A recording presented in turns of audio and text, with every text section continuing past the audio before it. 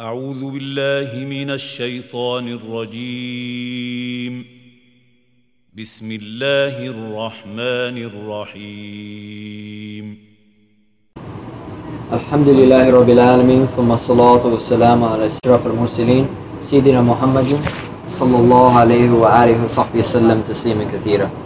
We're going to start a really long in-depth study on a booklet known as Usool al-Thalatha. It's not a book, it's a little booklet, and it's really small in words, but it's huge in meaning. And no Muslim is allowed to be ignorant of the meanings of this book. It's obligatory on every single Muslim to know it. If you're Muslim, you have to know what's in this book. And essentially, Usool al-Thalatha means the three fundamental principles. And these three principles are essentially the same three questions you're going to be asked about in your grave. So when you go and you die and the two angels come and they ask you, these are the exact same things that they're going to ask you. So it's important for one to learn so that when they enter the grave, they not only know it from knowledge, but they've internalized it. When we look at the title of the book, it's Usool al-Thalatha. Usool means underlying fundamental principles that things operate above. So when you have Usool al-Fiqh, it's the things, it's the mechanisms that fiqh uses to operate. So the three fundamental principles are the three fundamental usul that everything operates around. And so that means that it's our fundamental beliefs. In terms of knowledge, Ibn Abdul-Wahab in his book al-Jami said, the al-Zuhri said, Man ram ilm jamalat, dahab anhu jamalat. Innama tulba al-ilm al-marra wal-layli wal-yawm. Whoever tries to get knowledge in a lump sum overnight, it leaves him overnight. Whoever tries to get knowledge in one lump sum overnight, it leaves him overnight. Whoever tries to get knowledge in one lump sum, it leaves him overnight. Knowledge is to be gained slowly over days and nights. It takes time and persistence. Some of the ulama started studying when they're only 5 or 6 years old, and they study and they don't stop learning until they reach the age of 90. And even then, they'll say, oh, we've only started to understand the Qur'an, or that they have only a basic understanding of Islam. And ulama studied for decades upon decades. And this book right here, we're going to cover it word by word, concept by concept, but letter by letter. Sometimes we're literally going to dwell on the usage of one letter for 30 or 40 minutes.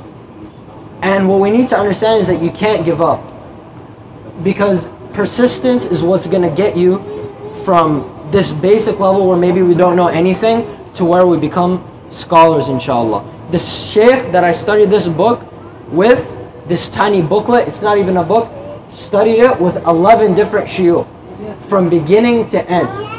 This is only a 22-page booklet from beginning to end. And he studied it with other shuyukh, different parts of it. So we're going to take that, what he taught me, and we're also going to be reading the explanation of Sheikh Uthaymeens for more basic understanding. In al-Jami, al-Khatib al-Baghdadi narrated that a student of knowledge went to a sheikh to learn the science of hadith. So he goes to the sheikh and he tries to learn hadith. But he finds that the knowledge of hadith is really difficult. You have to know the biography of everybody in the chain. You have to memorize the matan, the text of the hadith. You have to know every single person, whether or not they could have met. It's very difficult. And he found it extremely difficult, so he just quit. And so one day he was on a casual walk, just, in a park or something. And he came upon this rock, and there was water dripping on the rock. And he saw that because of years and years of this water dripping on the rock, I'm sure you've seen this, where there's like a little spike and water drips on a rock. Due to years and years, there was a dent in the rock. And he looked at this and he said, knowledge is softer than water, and my heart is not as hard as this rock. So he went back and he persisted in studying that hadith that he thought was too hard, and he became a famous alim of hadith. We're not just going to study this book just to study this book or become students of knowledge. Insha'Allah, this will be the first step that we take to becoming not just students of knowledge, but ulama, insha'Allah. And if Allah wills and we have time, we'll go through an entire curriculum of fiqh and aqeedah and usool and everything. So now that we've gone through that little introduction, we need to understand what are the different levels of learning. What's the best way to learn? The number one way to learn is sama' al-mubashir, which is learning directly from a sheikh, sitting at his feet so you can talk to him. But especially musahaba, becoming friends with the sheikh and living with him and seeing his mannerisms and how he goes about things and seeing his attitude. And even here at the masjid, you'll see how the sheikh does things and you'll see wisdom behind things. This is the best thing.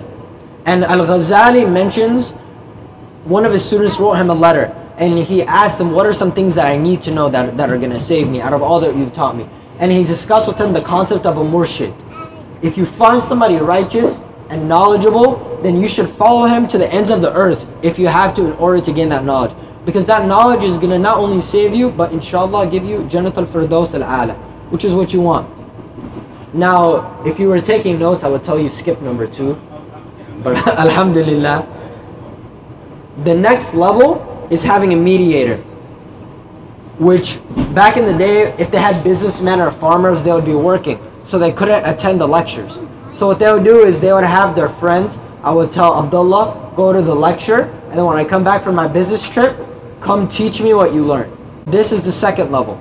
We skipped the second level, so this is the third. And it's good, but you're not going to be able to ask the sheikh direct questions, and maybe he might hear something wrong, and you don't get that direct line of knowledge. And the last way to study, and this is the single worst way to study, it's called wujada, which is studying from a book. So this is when you go home, you open up a book, and you just read and you learn from that. And that's the single worst way to study. So what's number 2 that we skipped? When you look at internet studying, you have to ask, where does it fit in? The sheikh that I learned from said that internet studying is better than hearing it from a friend who teaches you, but not quite as good as being right there with the sheikh. Because with the internet, you can consult with the sheikh, you can ask him questions, you can still see his mannerisms on video, and you can hear the inflections in the audio. And Sheikh Ibn Uthaymeens, when he was asked about studying through audio tape, he actually encouraged it. But he said it's best to learn directly from the sheikh. And the Salaf used to consider it a very negative characteristic from one to only study from books. They said, "Man kana shaykhu kitabahu kana khutwahu akthar min sawabahu." If a person's sheikh is his book, then his mistakes are far greater than what his correct attributes are. And so the next thing that we're going to get to here that I touched upon is that those of you that are here without pen and paper, you need to invest in some pen and paper. Yeah, you need to invest in some pen and paper too, Elias. Everybody here needs pen and paper.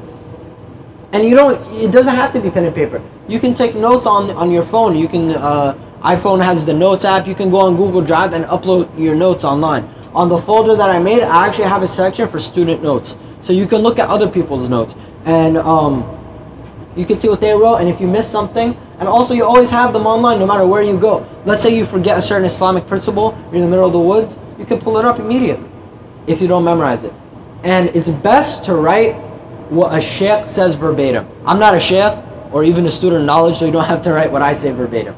But if you're studying with the sheikh, it's best to write every single word that they have, and then later you can go and condense the notes. My sheikh, he never sat before another sheikh except he wrote every single word that he wrote down. Every single word. And writing is the trend of the Salaf al-Salihin, the righteous generations after the Sahaba. And those are the people that we strive to imitate, inshallah. Abdullah ibn Amr, radiyallahu ta'ala anhu wa ardah, used to write the hadith of Muhammad sallallahu alayhi wa alihi wa sahbihi wa sallam taslima kathira, until Quraysh deterred him from that. They told him don't do it. Then Muhammad sallallahu alayhi wa sallam said, go ahead and write the hadith. And Muhammad sallallahu alayhi wa sallam encouraged him to do so. In Sunnah Darimi, Muawiyah ibn Qura ibn Ilyas said, Man lam yaktib ilmuhu, lam ya'ad ilmuhu alama. If you don't write your knowledge is not considered anything. If you don't write your knowledge is not considered anything. Even if you might memorize it directly, you know how sometimes if you're in a class, you can hear the teacher say something and you might not need to write it down and you do it on the test. But you go to the summertime and you don't remember anything. How much, if we took the same exams that we took at the end of last school year, Would we remember anything? You wouldn't remember a single thing. And the reason why is because not only did you probably didn't write it, and you didn't review the notes. So you need to write. And after you write, you need to write, and not just write the notes, but you need to review the notes and rewrite them. And inshallah, none of you should sit here and hear what I say and not teach it. Everybody, the goal here is that you learn what I say, everything, and you understand it better than me, and then you go have your own class, inshallah. Don't add to what I say if you don't know more, and if you do know more, add. And if you know something, it's obligatory for you to spread it, but we'll discuss that later in the class. Sa'id ibn Jubair used to write what he would hear in the sand, because they didn't have mass manufactured paper or pencils. So what he would do is he would hear something from a sheikh, and he would go and he would write it in the sand. That's if he didn't have anything to write it down. And then when the daylight came and he had time to go spend the night, or if he was able to find something during the day to write it down with, then he would go back to the sand that he wrote it down with, and he would write it down. That's extreme dedication. You're in the pitch black of the night in the desert. You hear a sheikh say something, you make sure you write it correctly, and then you go and you struggle and you find paper just to write it down. That's how much they valued ilm. So you need just to take basic notes. Allah made it so easy for us to do so. The second thing is that everybody should have a copy of the book. You can go home and print it out on the Google Drive. It's available on the Google Drive, inshallah. I'll get all your emails and send it to you. It's only 22 pages or so. You can print 4 pages per piece of paper, and maybe even do a double-sided and only use a couple pieces of paper. We're not going to start the book right now, but I'm just going to discuss the layout of the book for when we actually do get to the book. The author begins with 4 introductory matters. He gets through 4 basic principles before he gets to the 3 fundamental ones that he's talking about in the title of the book. So there's the 3 ones, and then there's just 4 things that he gets through before. And then there's an ending and there's a conclusion, and we'll go over that inshallah. And so the book isn't longer than 22 pages in English, but it has extreme benefits. And so line by line, word by word, we're going to go through it inshallah ta'ala. That was the introduction to Usool al-Thalatha.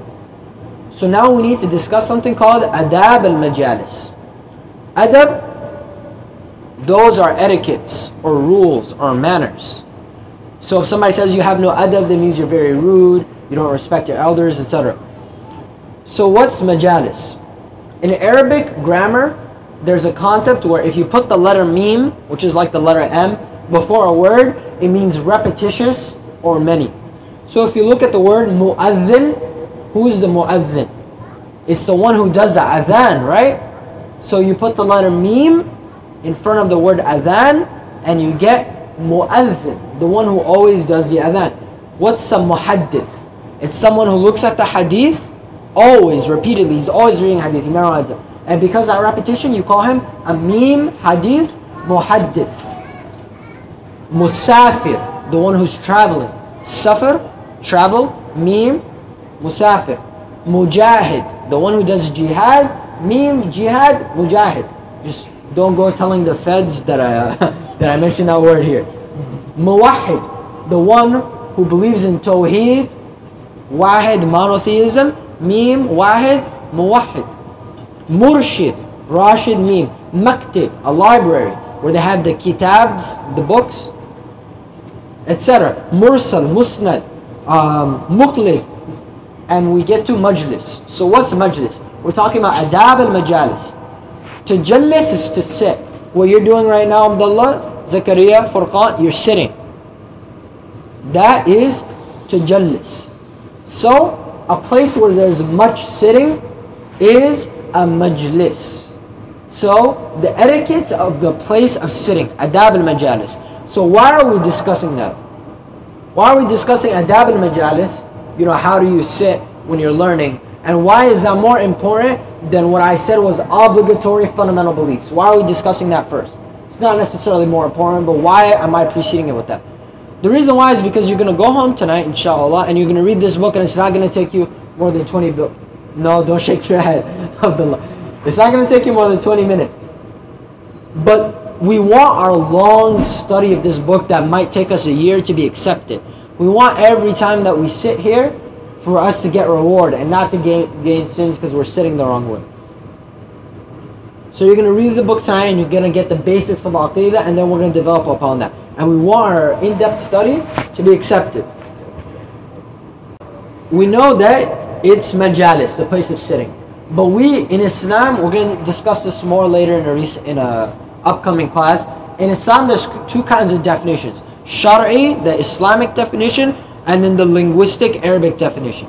We go by the Islamic definition. So what's the Shar'i definition of a majlis? We know linguistically it's the place of sitting.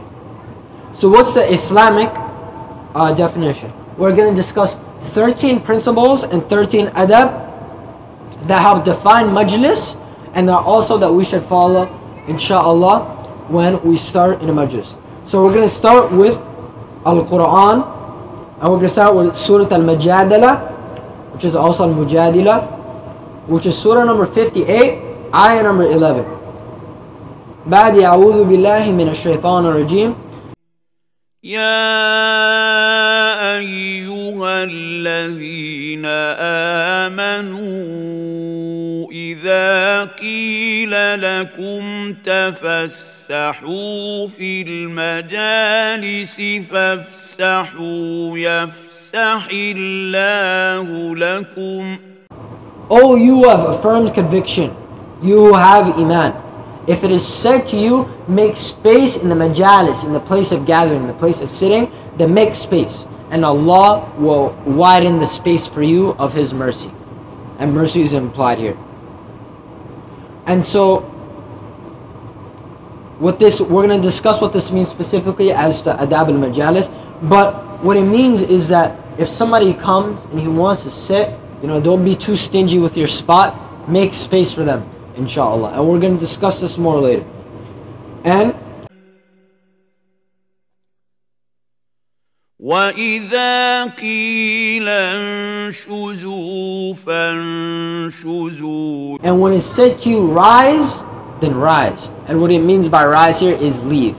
When the Sheikh tells you go away, don't overstay your welcome. Sometimes you'll see even outside of Majalis, guys will come to your home, and you won't want them there, and you'll make it very clear on your face you want them to leave. You have something important that you need to know, but they'll stay for hours and hours. And sometimes you'll see a brother with another brother that's forcing himself in his house, and he looks honestly distraught. Don't do that. And that applies to Majalis as well. يرفع الله الذين آمنوا منكم والذين أوتوا العلم درجات والله بما تعملون خبير. Allah, yarfa Allah. Allah raises those who have given themselves to conviction, الَّذِينَ آمَنُوا, from amongst you, minkum, and those who have attained knowledge. So He raises, Allah mentions this in the Qur'an. This is the final message He sent to mankind. So this is of extreme importance. Those who have ilms, Allah has promised you He's going to raise your rank. All you have to do is sit and learn a couple things. It's not that hard. We have air conditioning. It's not that hard to take notes, and Allah will literally raise your ranks just for that. And you'll have eternal palaces and beautiful wives. For what? Because you sat and you learned a couple letters that we go through? It's definitely worth it. So this is what Allah is telling you in the Quran. And He raises them by degrees, not just one degree, by degrees upon degrees. And Allah is knowledgeable as to what you do. So if you sit and you read a book in your private time, and I discourage reading books only, but you should read books. And if you do that at night and you learn and you review your notes, Allah knows. And Allah will raise your rank by it. And He raises your rank not just in the akhirah, not just in the afterlife, but in this dunya. You'll see some shuyukh who are humble. They don't go about, trying to get everybody to listen to the lectures. But yet, you'll see that people are listening to them in Norway, and Denmark, and Australia, and Lebanon, and Lebanon, and in everywhere in the world. And they're just these humble shuyukh. They weren't even popular a couple years ago. And the reason why is their sincerity. And you'll see this was the classical shuyukh as well, like al-Bukhari. His book was even, we'll talk about al-Bukhari as well, we'll go through his entire biography. His book was even called al-Bukhari, and he didn't even intend it for the public. And yet, almost every single person who has read a hadith has read Bukhari, and he gets a reward for it. Why? because he gave himself to knowledge. And Allah raised his rank by making this famous book named after him, and we study him, and he raised his rank in the akhirah, inshallah, rahimahu ta'ala. And so,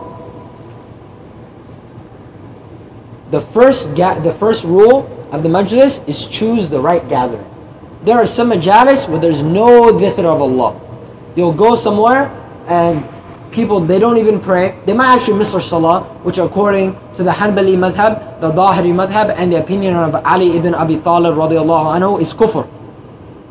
Those two madhab and Ali and some of the ulama of other madhab said if you miss a single salah intentionally, knowingly, you are no longer a Muslim. So there are majalis where there's no dhikr. Let's say you do make your salah, but you go to a majlis where just at the right time, and you don't make salah, you don't mention Allah, you don't say subhanallah, you don't say salawat on Sayyidina Muhammad sallallahu alayhi wasallam. Everybody should say, when they hear the name Muhammad, some of the ulama said it's obligatory to send salawat, so send them. You go to, sometimes there are gatherings like this, you might just play video games. Some brothers go and smoke shisha for like 7 or 8 hours straight. Allahu alam how they do that. They're still 15, 16, they do that. You need to choose the right gathering. And so, ما من قوم يقومون من مجلس لا يذكرون الله فيها إلا يقوم عن مثل جفات حمار وكون لهم حسرة. Abu Hurairah radiallahu ta'ala anhu reported that the Messenger of Allah sallallahu alayhi wa alihi wa sahbihi wa sallam tasliman kathira said in Sunan Abi Dawood, hadith number 4855. Inshallah, it would be good if you memorize the hadith. And if you memorize 40 hadith, then there's a big reward. But focus on Qur'an, that's more important, inshallah. Muhammad said, there are no people who attend a gathering in which the name of Allah was not mentioned. There was no dhikr of Allah. But it is as if they leave that gathering with the scent of a carcass of a donkey. And it will be a source of regret for them. Sometimes you walk to the masjid an hour in the heat. And you might even forget deodorant. A little gross, I'm sorry. But you come back and you smell perfectly fine. And nobody will comment on your smell. But sometimes you go and you spend 30 minutes at a gathering where there's no benefit and you come back all sweaty and you smell terrible. And you might not have even got worked up and you wonder why. Sometimes it's physical. But sometimes you leave that gathering smelling like a carcass or the carcass of a donkey in the sight of Allah. And that's worse. And that hadith was graded sahih according to Imam Nawawi rahimahullah. We have to understand, okay, I'll discuss the second hadith first. The second hadith is in Tirmidhi, and it's hadith number 3380. And Muhammad said, no group gather in a gathering in a majlis in which they do not remember Allah and they do not send salat on Muhammad and on their Prophet ﷺ, except it will be a source of remorse for them. If Allah wills, He will punish them, and if Allah wills, He will forgive them. So that means any gathering you go to, maybe you don't even sin. Maybe there's no sinning going on. Because there are some gatherings where you go and they'll go to discuss a brother or a sister, or they'll just end up backbiting. Or they'll go backbite the mujahideen, calling it politics, or they'll go and they'll see a sheikh and they'll make fun of him for whatever reason. Those are sinful. Now let's say you go to a gathering and you somehow avoid any sin. It's mubah, it's permissible. This hadith says it's up to the mashiyah of Allah. If Allah wills, He'll punish you for it. And if Allah wills, He'll forgive you. And we inshallah want to be students of knowledge. All of you make your salah and you come to the masjid frequently. Allah holds the people who do good deeds at a higher standard. It's in the Qur'an. The people who do good deeds, who are righteous, are at a higher standard. Their punishment is double. So do you really feel safe that you go to a gathering where there's no sin that Allah might not punish you? Do you really feel safe? Let alone that if we go to a gathering where there's sin. And this includes things like comedy. Like going to a comedy show. Because there are Muslim comedians nowadays where there's no benefit in their message. It's just laughing A to Z. Or going to a movie theater, for example. I'm sorry. You might want to go see the movies. But if you don't make salah and there's no dhikr, and especially if there's music and there's women, not only is it not permissible, you're going to get punished for it for sure. But if it was permissible, it's possible that you could get punished for it. And we have to remember, this might seem harsh, but the purpose of our life is to worship Allah. And worshipping Allah only benefits us. And these things are only a distraction for the empty conscious. They're not gonna fill you with satisfaction, and you're not gonna walk away feeling utter contentment the way you will, inshallah, from our classes. Inshallah. And if you don't, maybe I'm doing something wrong. Wallahu alam. Okay. So the second, that was the first one. Choose the right gathering. That defines for you Islamically what a majlis is. It has to be a good gathering. So the second adab for Adab al-Majalis is to go to the majlis with good companionship. So when you come to the masjid, or you come to a place, to the maktib, the library, or wherever the majlis is going to be held, come with a good friend or a good person, or your wife if they have separated areas. Or if you can't do that, then meet somebody you know who is good, or who is a good friend of yours at the majlis, and inshallah we've completed that requirement with all of each other here. So that's the second adab, and this is found in Abu Dawood, hadith number 4833, and inshallah I'll try to cite all the hadith so you can look them up, see if I messed them up or something, and also for your own benefit. So if somebody asks you for proof, you can give the proof. And all the hadith I will mention here, the shuyukh I listen to have said are sahih, and there isn't discrepancy on them. Rasulullah sallallahu alayhi wa sallam said, make sure you send salat, الرجل على دين خليله فلا ينظر أحدكم من يخليله. A man is upon the religion of his friend, so each one should consider whom he makes his friend. And this is interesting. We know Islam is the fitrah. We know Islam is the truth, and that Islam, there's nothing that can disprove Islam definitively. And while we don't look at science for definitive rulings on Islam, because science, we have to understand, is a system that's used to understand physical phenomenon, right?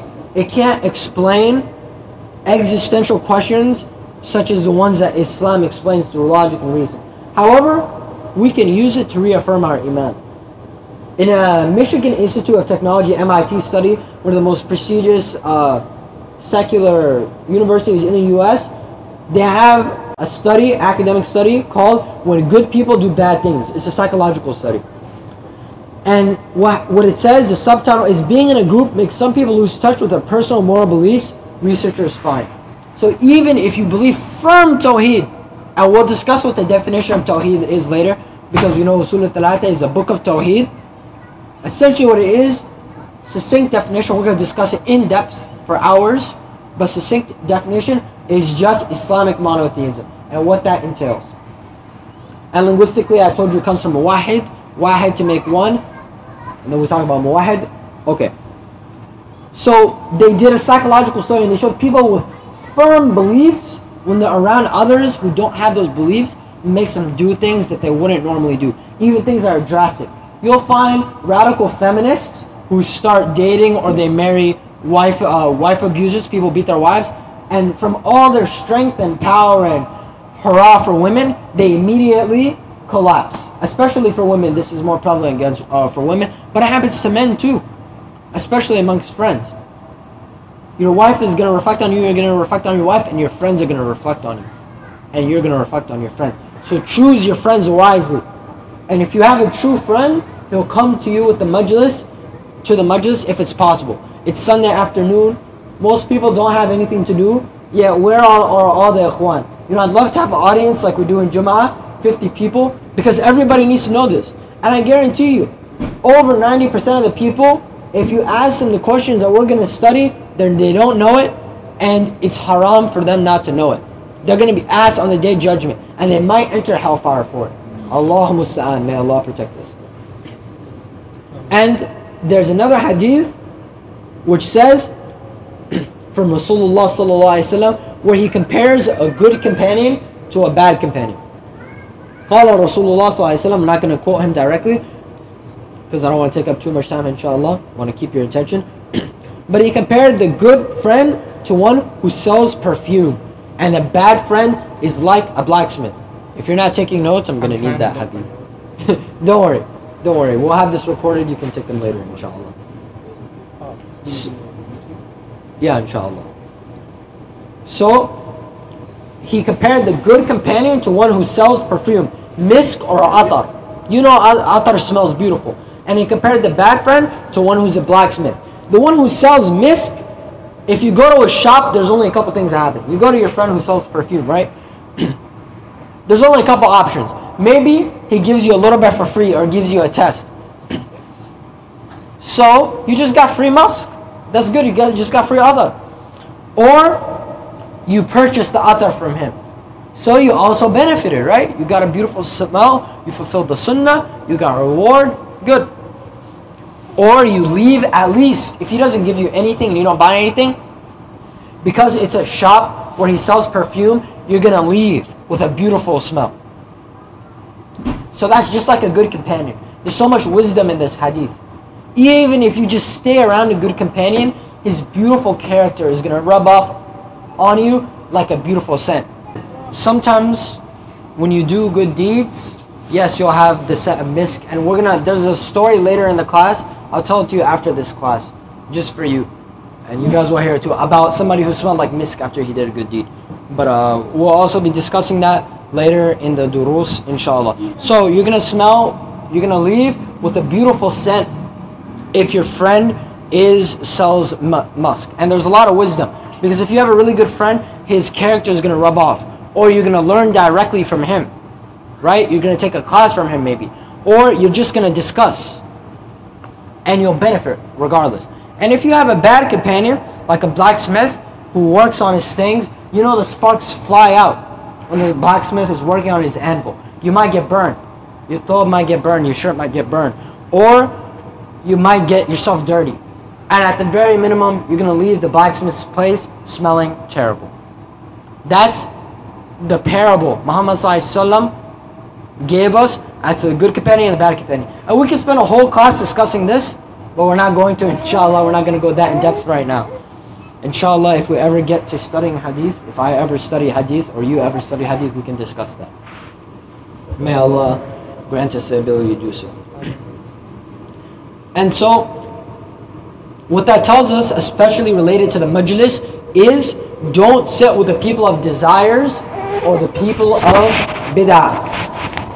Abu Qulaba, one of the ulama of the Salaf, said, do not sit with the people of desires and do not debate with them.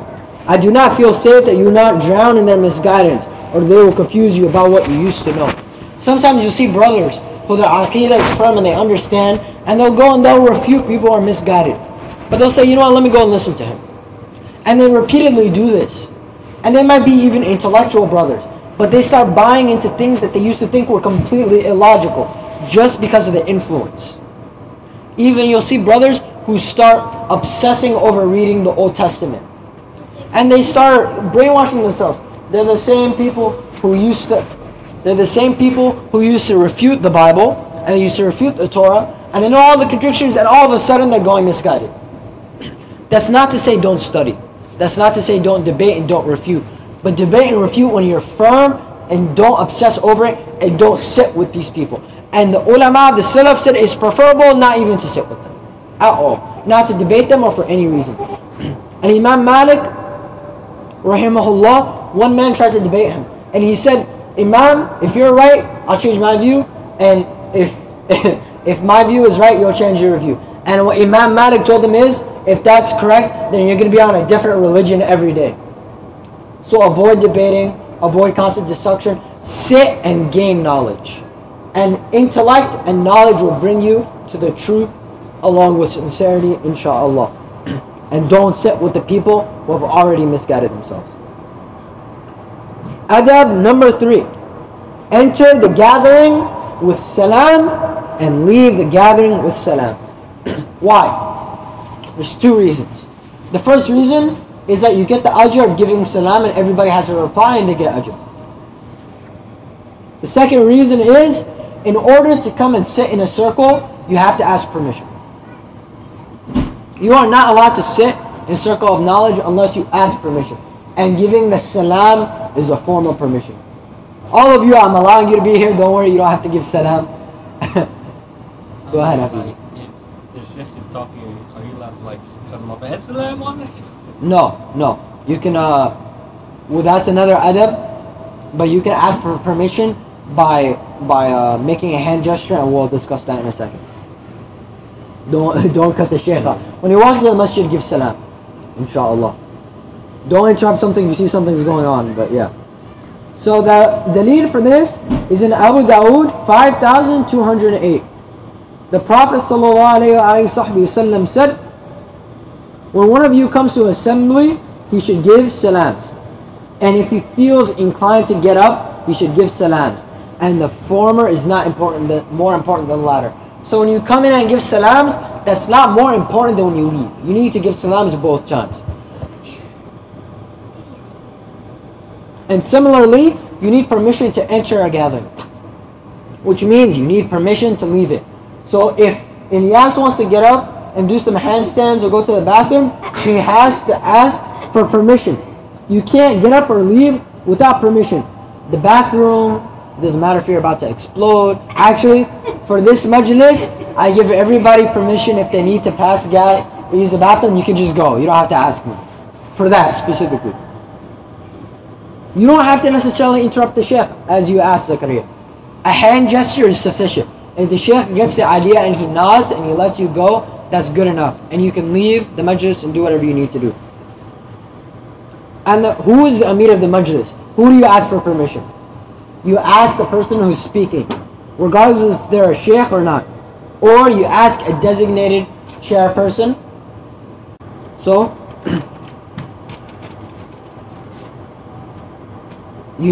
so if it's not the Amir of the Majlis, if it's not the guy speaking, if there's like a proctor, if it's a big gathering, ask him for permission and go. You can do a hand gesture, you can ask him, whatever. And do not turn your back to a Muslim. This is another principle that's related to this. If one of you is sitting here, don't go and turn around and drink some coffee or eat some pistachios, or if I say something you don't like, turn your back at me. It's disrespectful, it's bad adab, and it should not be done because we want what we do in the majlis to be accepted. We want to get reward for every second that we're in here. And we're going to discuss this later when we discuss ilm. But the angels walk on the streets looking for people who are looking for knowledge. So the angels are out there looking for guys like us. Maybe in the last 500 years, there was somebody looking for Islamic knowledge and they found us. Imagine how happy they're going to be. Imagine how much dua they're going to make. And imagine how much dua they're going to make when they find us. And they encircle the circles of ilm until they circle each other until they reach up into the samawat, etc. Everybody knows this hadith. Astaghfirullah. So rule number 4, adab number 4 is don't take somebody's seat. And another side note, sit close to each other. Now, sit close to each other. There is a reason why we stand next together in salah. One of the wisdoms, I'm telling you, move closer to each other. Like, I mean, if you saw the Sahaba, they were probably jam-packed, squeezing each other. How close they're sitting. Because psychologically, that's fine, go ahead. I don't care if it's uncomfortable. The Sahaba, they used to, in the Salah, we stand really close. We're supposed to be jam-packed. Psychologically, this affirms brotherhood. When a brother can't stand to put his feet next to you, and he doesn't know why, you know he has some problem with al-wala' wal-bara. So, inshallah, sit close. So don't take somebody's seat. If somebody leaves and comes back, can you take his seat? If Ilyas just got up and he's like, let me go use the bathroom, and magically 59 people show up, and there's not a lot of space, can somebody just take Ilyas's seat? So, you can't do it. Some of the ulama actually said it's haram to do so.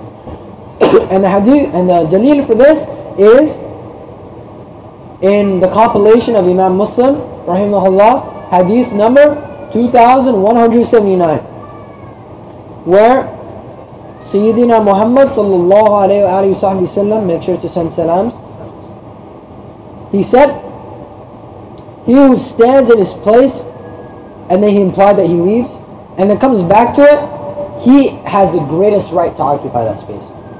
So if let's say you just take the space, you don't know. If he comes back, you have to give him that space. That's from good adab. You know, you can't say, you know, where's your name written on it, like we used to do in the 5th grade or kindergarten. You know, I don't see your name written on the seat. Give him the space, inshallah. And it's like Allah said in the Qur'an in the beginning, tafallasu, make space. He has the most right. So you're actually taking his right.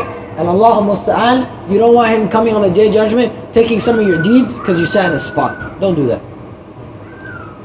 So, what if Zakaria always sits in that spot? Like it's his known spot. He always sits there, every time. Don't take it. If you know that's his spot, don't sit in his seat. Especially if every Sunday, there's always a class between Asr to Maghrib. Don't take his spot if you know he always sits there. It's not allowed. Similarly, if you go to a big Islamic gathering and all the seats are reserved, it's not allowed for you to take a specific seat if it's reserved for somebody else. However, if some place is not reserved beforehand, and let's say Ilyas goes and he goes to the bathroom and he makes wudu, and maybe he says, you know, let me take a shower, let me make a ghusl, and he goes, eats 3 slices of pizza, and he takes like forever. He takes a really long time. And he left, like, let's say he left his iPad there to show that nobody can sit there. He leaves something there reserved a spot. Is that allowed for him to do it? No. Because he's taking so long that he's making it impossible for other people to move and to utilize the space to benefit. So that's not allowed. And that's the ijma' of the fuqaha, of those who, the ulama of hadith or fiqh. They said it is consensus that you cannot reserve a spot by leaving an item there.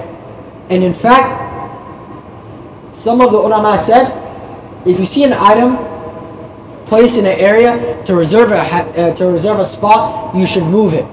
Because the highest of iman is when you see something wrong to change it by your hand.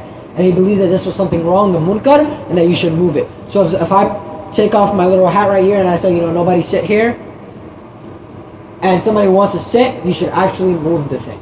Because you're changing a munkar, because it's against the sunnah.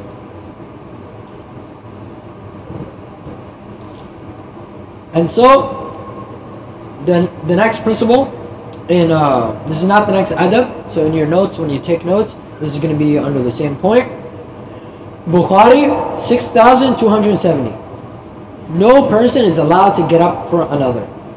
If the sheikh comes and he's like, Abdullah, get up. I want to sit in that spot. And it's not his normal spot. You're not allowed to get up for him. Even the Sahaba, when Muhammad entered the room, they weren't allowed to stand up for him. So you're not allowed for somebody to exchange your spot. The only person, actually I'm not going to discuss that right now because I don't want to give you any ideas. But it was a Sahabi, and he was injured, and this was the only time Muhammad allowed anybody to get up, and it was to help him down and to speak with him. And he was one of the greatest Sahaba, radiyallahu ta'ala anhum, and we'll discuss him later, inshallah. So, even if the Shaykh comes and Abdullah offers the seat to the Shaykh, the ulama said it's makruh, it's disliked, it's hated. Imam Nawawi did say it's halal. However, the better opinion from what I see is that you shouldn't exchange seats even if the other person allows it. There's a saying in Arabic, ما أخذ بسيف الحياء فهو حرام. Sayf is sword, haya is shyness. ما أخذ is he who takes. So he who takes from the sword of shyness, what he takes is haram for him to take.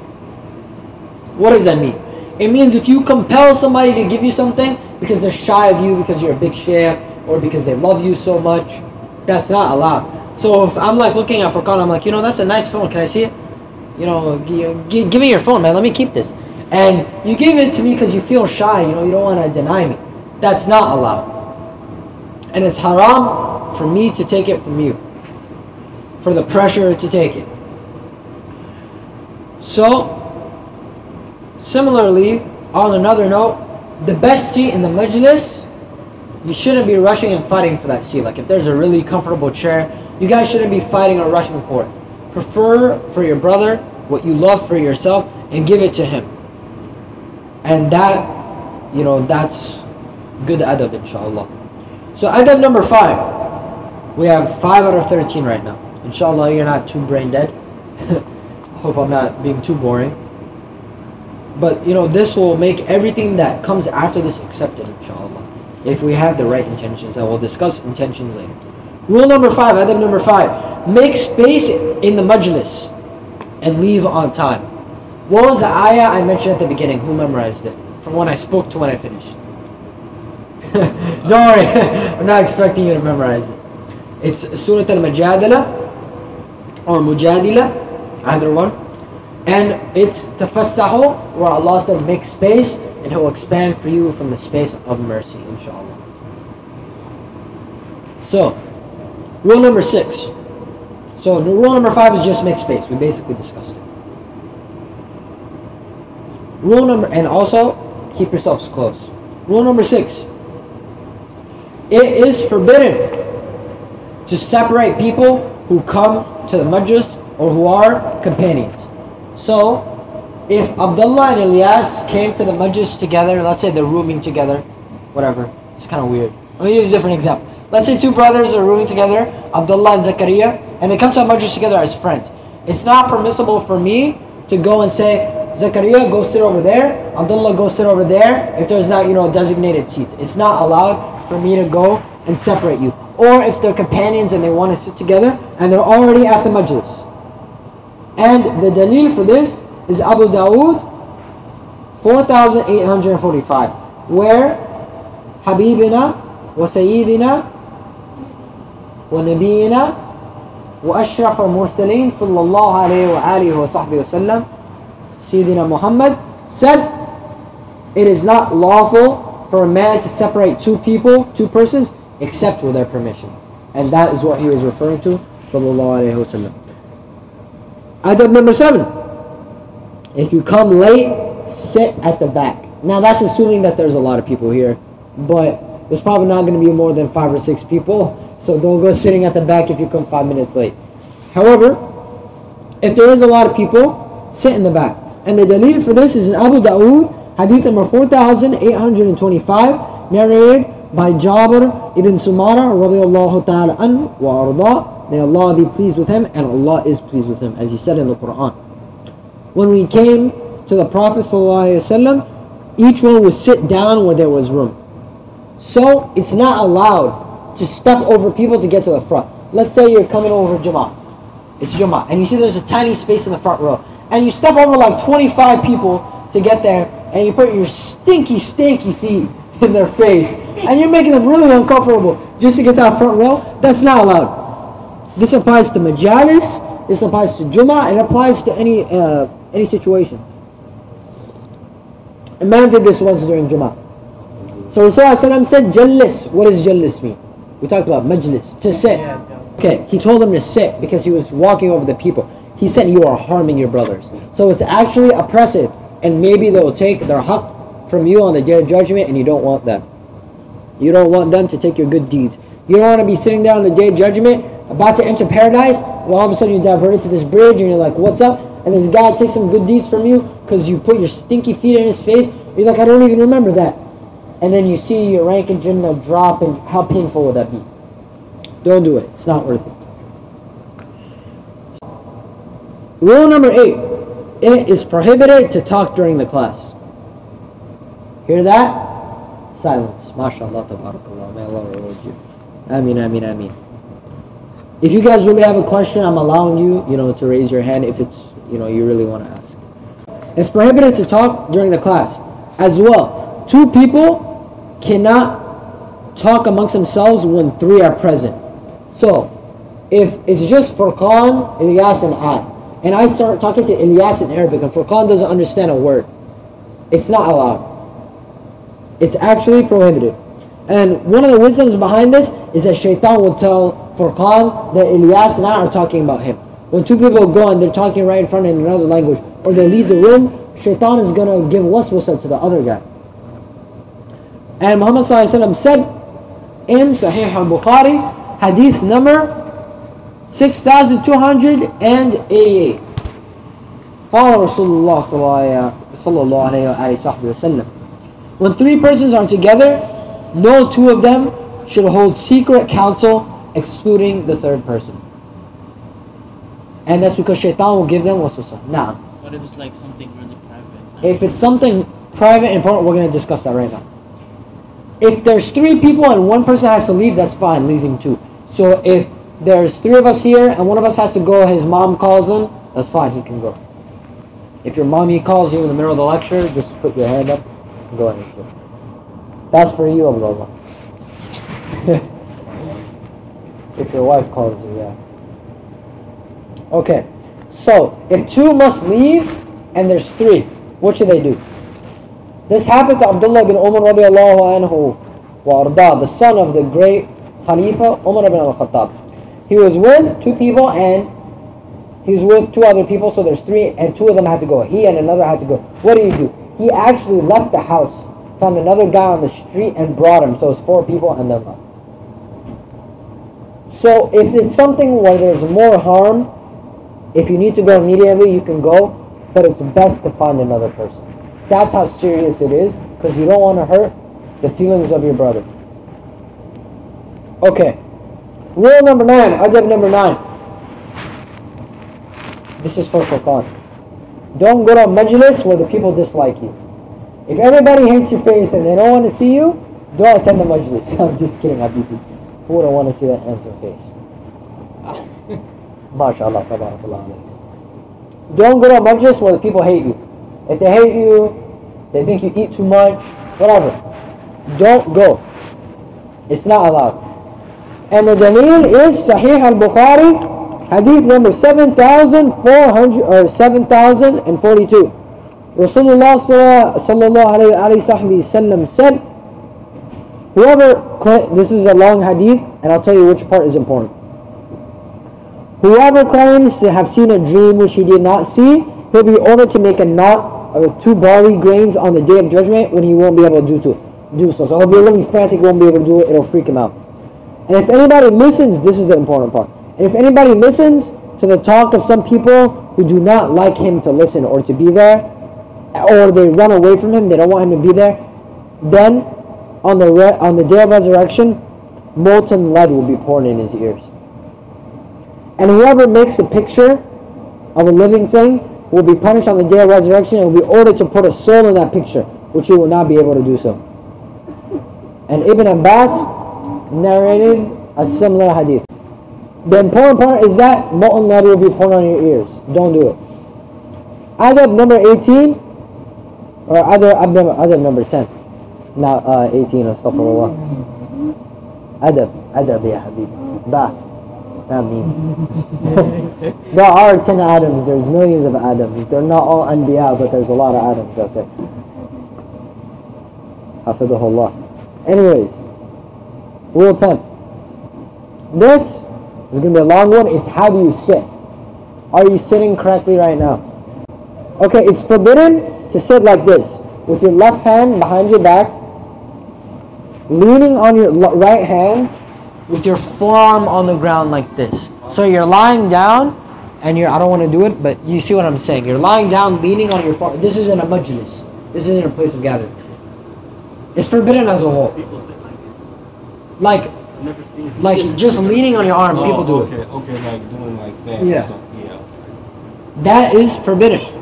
Don't do it, especially not in a majlis. The dalil for this is in Riyadh al-Salihin, hadith number 8,824. Or 824, yes.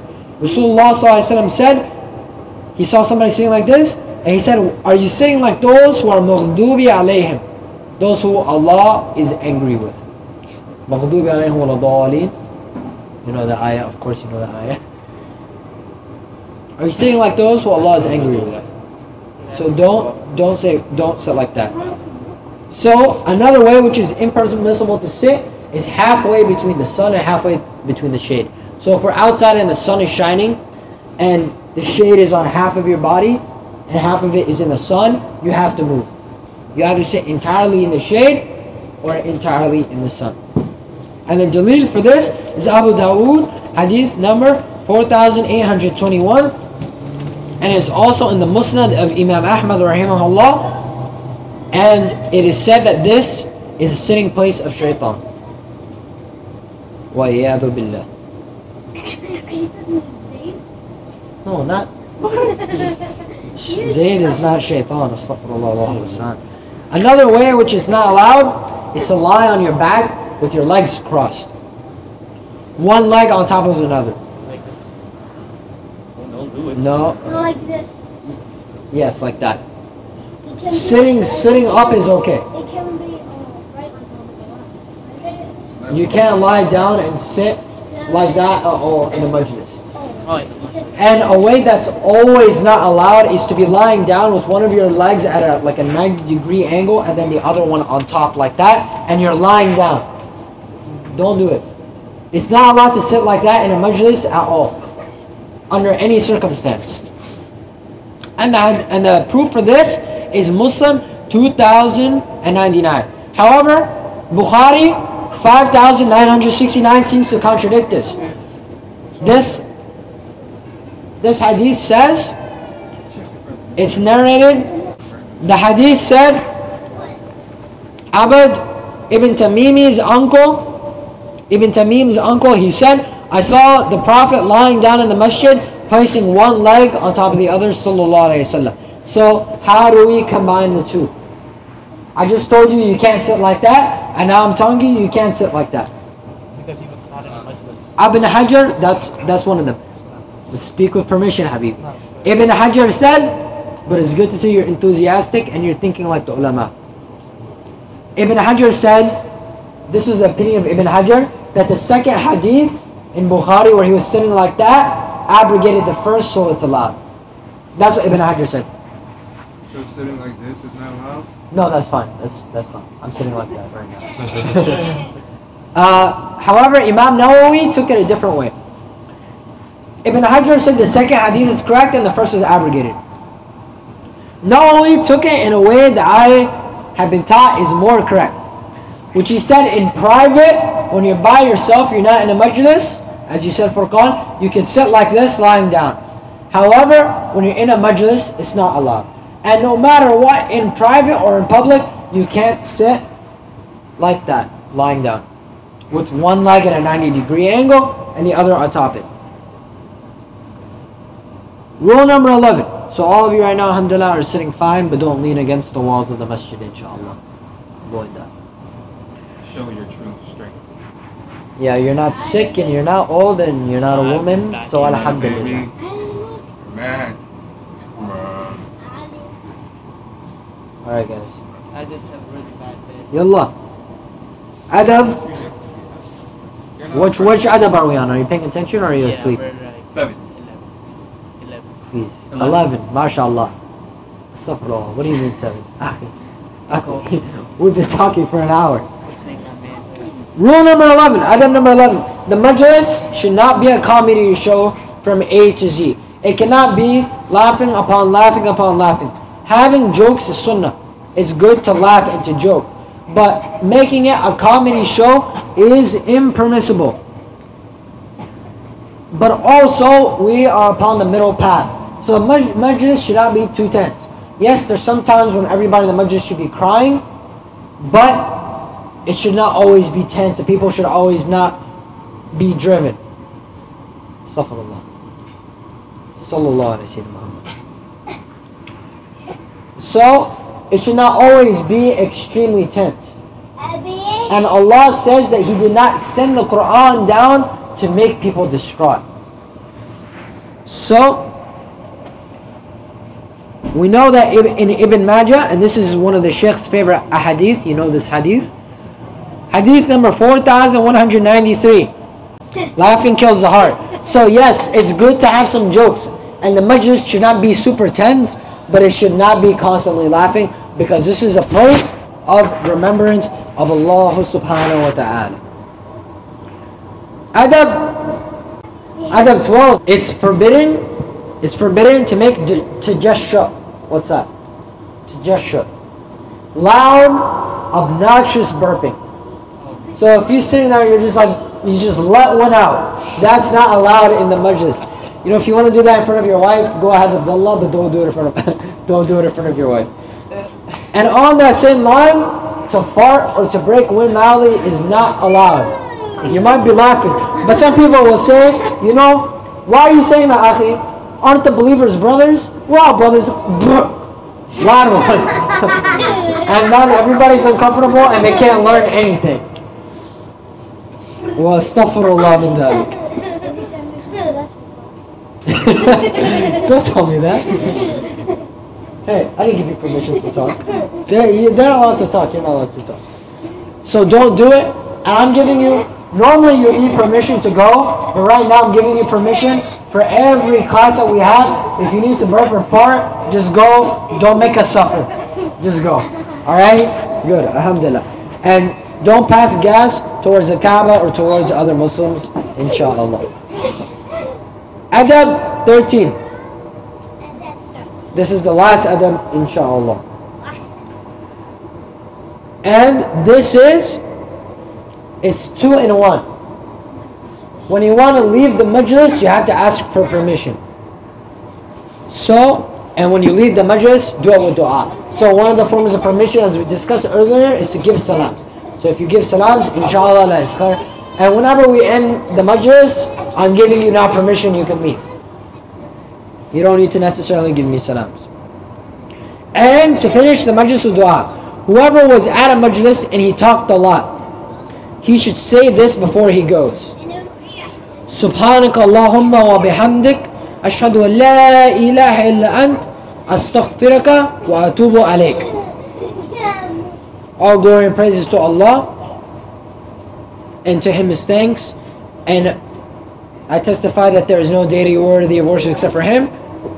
We make istighfar, we ask His for forgiveness, and we make tawbah, repentance to Him. And if you say this and you spoke good in the majlis, which inshallah we have, then it seals. If you spoke good in the majlis, it seals the majlis with good. And inshallah Allah will accept your deeds.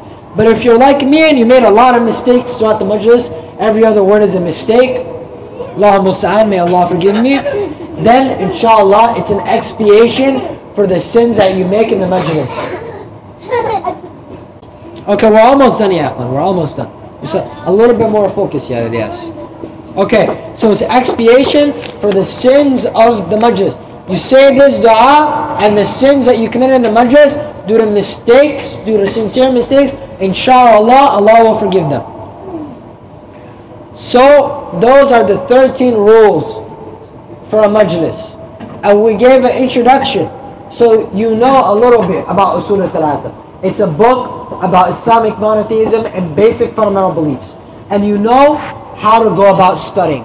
So next class, we're going to start the studying, inshallah. So what's your homework? Tonight only, just this week, you have an extra additional homework. The additional is to go on the Google Drive and read al-Usool al-Thalatha, the 3 fundamental principles in English. It's only 22 pages. Just read a few pages a day, inshallah. You have 7 days between the next class. It's only about 3 pages a day. Just read it, inshallah. And to memorize half of a page in Arabic of Usool al-Thalatha. It sounds like a lot, but it's really only a couple seconds. And if you just look over it, you'll memorize it very quickly. It's very easy to memorize. Children memorize it. And you might not need to do this tonight, but weekly, you should do this, is to read 5 pages minimum of Sheikh Uthaymeens, the explanation of this book by Sheikh Uthaymeens, which is on the Google Drive as well. And as we're going through the class, we're also going to be reading alongside this extra, more simple book to substantiate, consolidate, and solidify our knowledge in a more simple way. Because we're going to go so in depth, it's going to benefit us to read the fundamental text, read a very basic explanation, which is only about 200 pages, and also to read this explanation. This explanation that we're going to go through, if we put it into text, it would be about maybe 1,000 or 2,000 pages long, possibly much longer. So we want that middle level as well. And sometimes what we're studying is going to match up with what we read. Sometimes it's not. So what are you going to do when you wake up tomorrow, Labor Day? You're going to go on Google Drive. You don't have work. You don't have school. You're going to read this 22-page book, inshallah, or just read a little bit. Read 5 pages and just look over a little bit of the Arabic. And if you need me, inshallah, I think you all know Arabic. But if you need me to put transliteration, I can do that. But don't focus too much on it, inshallah. Focus on Qur'an. Qur'an is more important. But if you're doing so much Qur'an that, you know, at a certain point you just get tired and you need a break, this is something you can take a break with, inshallah, because it's very easy. It's very light. And next week, what we're going to study is the seerah of the man who wrote this book, Sheikh. What's a seerah? Seerah is a biography. Normally when we say seerah, we're referring to the seerah of Sayyidina Muhammad sallallahu alaihi wasallam, because that's the most important seerah. However, it's used for any biography. So next week, we're going to discuss the seerah of Sheikh Muhammad ibn Abdul-Wahab. I'm sure you've heard this name, Wahhab. We're going to discuss what a Wahhabi is, who is a Wahhabi, where the word comes from, and we're going to give the biography of his life. أقول قولي هذا أستغفر الله فإنه هو الغفور الرحيم. سبحانك اللهم وبحمدك أشهد لا إله إلا أنت أستغفرك وأتوب عليك. وآخر دعواتنا الحمد لله رب العالمين.